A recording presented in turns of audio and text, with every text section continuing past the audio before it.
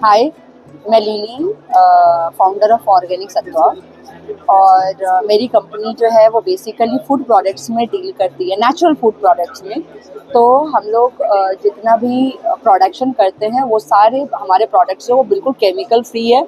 हम we don't claim we are organic, but we are some natural food products company. ठीक है। और जो हमारा मेन प्रोडक्ट्स है वो मखाना है। हमारी कंपनी 2019 में स्टार्ट हुई थी, जहाँ की हमारे ये सारे प्रोडक्ट्स को हमने लॉन्च किया था, जिसमें हमारा कोल्ड प्रेस ऑयल है, जैगरी है, स्पाइसेस है, ड्राई फ्रूट्स में मखाना और कैशू को हमने लॉन्च किया था। मैं बेसिकली बिहार से बिलोंग करती हूँ। तो मैंने जब आफ्टर कंप्लीशन ऑफ मैंने मणिपाल से मेरी पढ़ाई हुई है। उसके बाद मैनेजमेंट करने के बाद मैंने जॉब करी, और जॉब के बाद मैंने कंपनी अपनी स्टार्ट करी। तो जब मैंने किया तो आई थॉट कि क्यों ना बिहार के कुछ प्रोडक्ट्स को मैं अपने प्रोफाइल में ऐड करूँ। तो मैंने मखाना और चना का सत्तू, ये दोनों प्रोडक्ट को ऐड किया था। आज के डेट में ये दोनों प्रोडक्ट्स जो है वो एक सुपर फूड की कैटेगरी में काफ़ी नोन है। जैसा आप जानते हैं कि मखाना को हमारे प्राइम मिनिस्टर नरेंद्र मोदी जी काफ़ी प्रमोट कर रहे हैं बिहार से। तो 2019 में जब मैं बिहार में आई थी एक इवेंट के लिए, और वहाँ पे लॉकडाउन में मैं स्टक हो गई थी।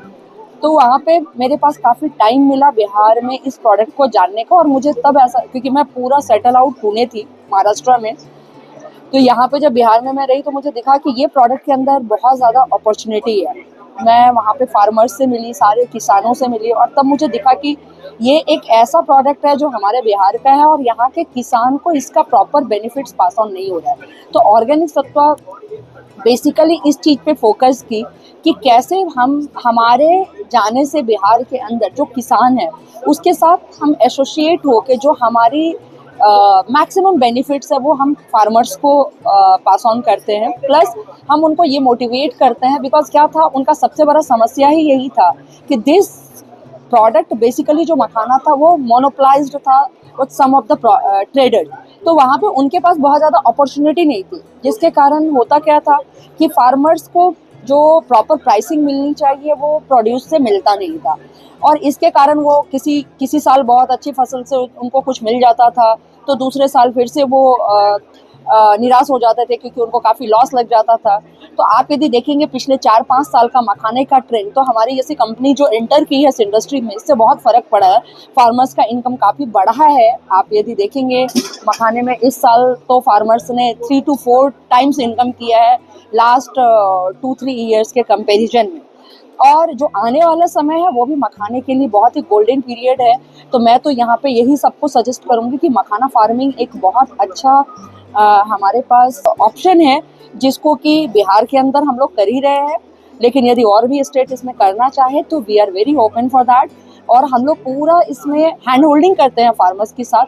एग्रीकल्चर कॉलेज के साथ हमारी अपनी टाई अप्स है, जहाँ के हम लोगों को जो एडवांस टेक्नोलॉजी ऑफ कल्टीवेशन है वो बताते हैं। और वहाँ पे फिर हम जो प्रॉपर सीड्स होती है, उसके बाद से किस तरह की टेक्निक्स यूज करें, वाटर लेवल क्या होना चाहिए, ये सारी चीज़ें हम उनको बताते हैं। किस तरह का वो प्रोड्यूस लाए, जिससे कि उनकी जो प्रोडक्शन कैपेसिटी है वो बढ़े। साथ साथ यदि आप मखाना को स्टडी करेंगे तो मखाना में जो क्वालिटी है वो बहुत ज़्यादा वैरी होती है।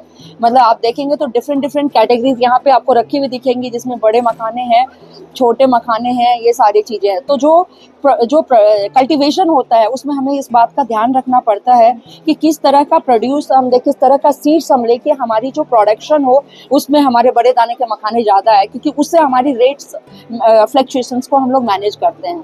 तो इस चीज़ में मैं जो ऑर्गेनिक सत्वा का बेसिकली जो फार्मर्स के साथ में रोल है कि हम उनको फाइनेंशियल सपोर्ट भी देते हैं, टेक्निकल सपोर्ट देते हैं, उनके साथ पूरी हैंड होल्डिंग करते हैं, उनको पूरा ओपन स्पेस देते हैं कि if they want to sell the product to outside the market they are open. But यदि नहीं बेच सकते तो we will buy the product. ये सेम चीज़ मैंने महाराष्ट्र के अंदर हमारे कोल्ड प्रेस ऑयल के लिए भी किया, और उसी चीज़ को हम रेप्लिकेट करके आज बिहार के अंदर मखाना में भी कर रहे हैं। तो मेरे तरफ से तो यही है कि फार्मर्स को मखाना फार्मिंग में आना चाहिए। और इससे अब जो है ये किसान को फूड प्रोसेसिंग की तरफ टर्न अप होने की बहुत ज़रूरी है, क्योंकि जब आप अपने प्रोड्यूस केवल उपजाते हो तो उसमें आपको प्रॉपर चीज़ें मिलती नहीं है, लेकिन जब आप उससे कुछ एडिशनल वैल्यू एडेड प्रोडक्ट निकालते हो तो वहाँ पे आपकी इनकम को बढ़ाने का पूरा सोर्स मिलता है। और ऑर्गेनिक सत्व उस चीज़ में हैंड होल्डिंग करती है फार्मर्स के साथ। जैसे आप मेरा कोल्ड प्रेस ऑयल देखोगे तो इसका पूरा प्रोड्यूस हम लोग खुद के यहाँ नहीं करते हैं। इससे हम एक रूरल एम्प्लॉयमेंट जनरेशन प्रोग्राम चलाते हैं, जिसके अंदर क्या होता है कि हम लोग एक मशीनरी है जो आप देखे होंगे कच्ची घानी जो ट्रेडिशनल मोड था, वही मोड का मशीन हम गांव में देते हैं और गांव में जो 12 पास हैं वो भी इस मशीन को चला सकते हैं। तो वो वहाँ पे इसको इससे ऑयल्स निकालते हैं और फिर वो ऑयल्स हमारे सेंटर्स पे आते हैं, जिसमें क्योंकि आप जहाँ तक देखेंगे इसमें कुछ भी हम लोग कुछ भी ऐसा टेक्निकल कुछ नहीं है, सिंपल प्रोसेस होता है कि जैसे ग्राउंड नट से एक्सट्रैक्ट करके नेचुरल वे में ऑयल्स निकालते हैं, फिर उसकी कूलिंग पीरियड होती है, फिर उसकी क्वालिटी टेस्ट करके हम लोग फिलिंग करते हैं। We are not adding any additional like chemicals for the essence और कलर। तो ये बहुत ही सिंपल प्रोसेस है जो किसी भी गांव में कोई भी बंदा जो पढ़ा लिखा नहीं है वो भी कर सकता। तो हम कोल्ड प्रेस ऑयल की तरह से रूरल एम्प्लॉयमेंट जनरेशन प्रोग्राम चलाते हैं और मखाना के तहत हम लोग ये कोशिश करें कि एक कम्युनिटी है हमारे यहाँ मखाना को जो लीड करती है वो फोड़ी है, मल्लाह कम्युनिटी है। इसका पॉपिंग आज भी 90% मैनुअल है। तो हम लोग उन कम्युनिटी को भी प्रमोट करते हैं अपने यहाँ to give them the semi automisation process.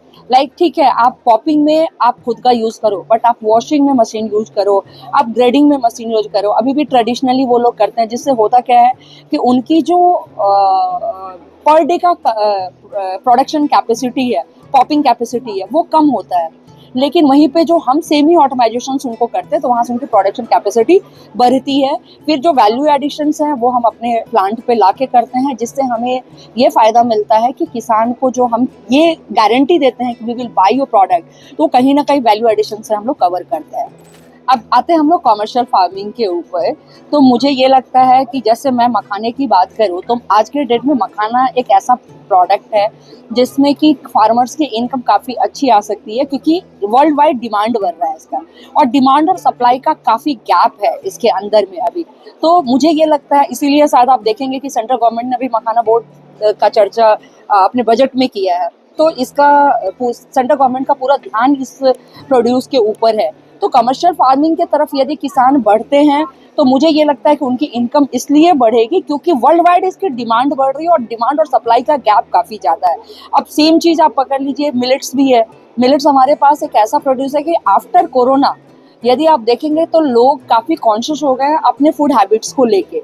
उनका कोशिश ये है, जैसे हम लोग अपने कोल्ड प्रेस ऑयल को जस्टिफाई करते हैं, तो मेरा मानना यह है कि आज आप एक ऑयल जाके खरीदते हैं, सपोज करिए धारा का खरीद रहे हैं, आप खुद दीजिए कितना में मिलता है। मान लो 160 रुपए का 1 किलो मिलता है, या 170 या 180 का मिलता है। आप बिलीव करेंगे जो नेचुरल प्रोसेस है उसमें 3 किलो मस्टर्ड में 1 किलो मस्टर्ड का ऑयल निकलता है, और mustard generally 60 to 70 minimum price रहती है। हाउ दिस इज पॉसिबल कि कोई 190 रुपए में आपको शुद्ध ऑयल दे रहा है? This is not possible. उसमें कहीं ना कहीं कुछ ना कुछ तो है। तो आप या तो वो 100, लेकिन ऐसा नहीं है वो पॉसिबल नहीं है, उसका प्रोसेसिंग अलग है, जहाँ की मैक्सिमम एक्सट्रैक्ट होता है, ये नेचुरल प्रोसेस है, यहाँ पे हमें आउटपुट कम मिलता है। अब ये दोनों ऑयल्स में फ़र्क कहाँ बचा सकते हैं? आज लाइफ अपनी लाइवलीहुड में सबसे बड़ी प्रॉब्लमेटिक पदार्थ जो है वो हमारा ऑयल्स ही है। तो जो कमर्शियल क्रॉप की बातें मैं कर रही हूँ उसमें मस्टर्ड भी आता है, उसमें मिलेट्स आता है, जो मिलेट्स को कोई पूछता नहीं था। आज आप देखिए कि मिलेट्स एक ऐसा फूड हो गया है कि लोगों की बड़े लोगों की जनरल फूड आइटम्स के अंदर आ गई है। तो मुझे ये लगता है कि फार्मर्स को कमर्शियल फार्मिंग की तरफ बढ़ना चाहिए, साथ साथ हम जैसे कंपनी से हैंड होल्डिंग करनी चाहिए। उन्हें ये ट्रस्ट होना चाहिए कि यदि हम लोग वैल्यू एडिशन पे नेटवर्क पे काम कर रहे हैं, बिकॉज सब कुछ सब नहीं कर सकता। यदि मैं बोलूँ कि मैं खुद की फार्मिंग करके कंपनी चला लूँ, that is not the good way. तो उसी तरह फार्मर्स यदि चाहे कि मैं फार्मिंग भी कर लूँ और मैं इसकी प्रमोशन से भी कर लूँ और सेल्स भी कर लूँ, तो मेरे हिसाब से थोड़ा सा वो डिफिकल्ट पार्ट होता है। तो यहाँ पे एक जॉइंट होल्डिंग होनी ज़रूरी होती है फार्मर्स और कंपनीज के बीच में। तो मुझे लगता है दिस इज़ द वे जहाँ की फार्मर्स की इनकम भी बढ़ सकती है और कंपनी को भी एक अच्छी सप्लाई चेन मिल सकती है। Thank you so much.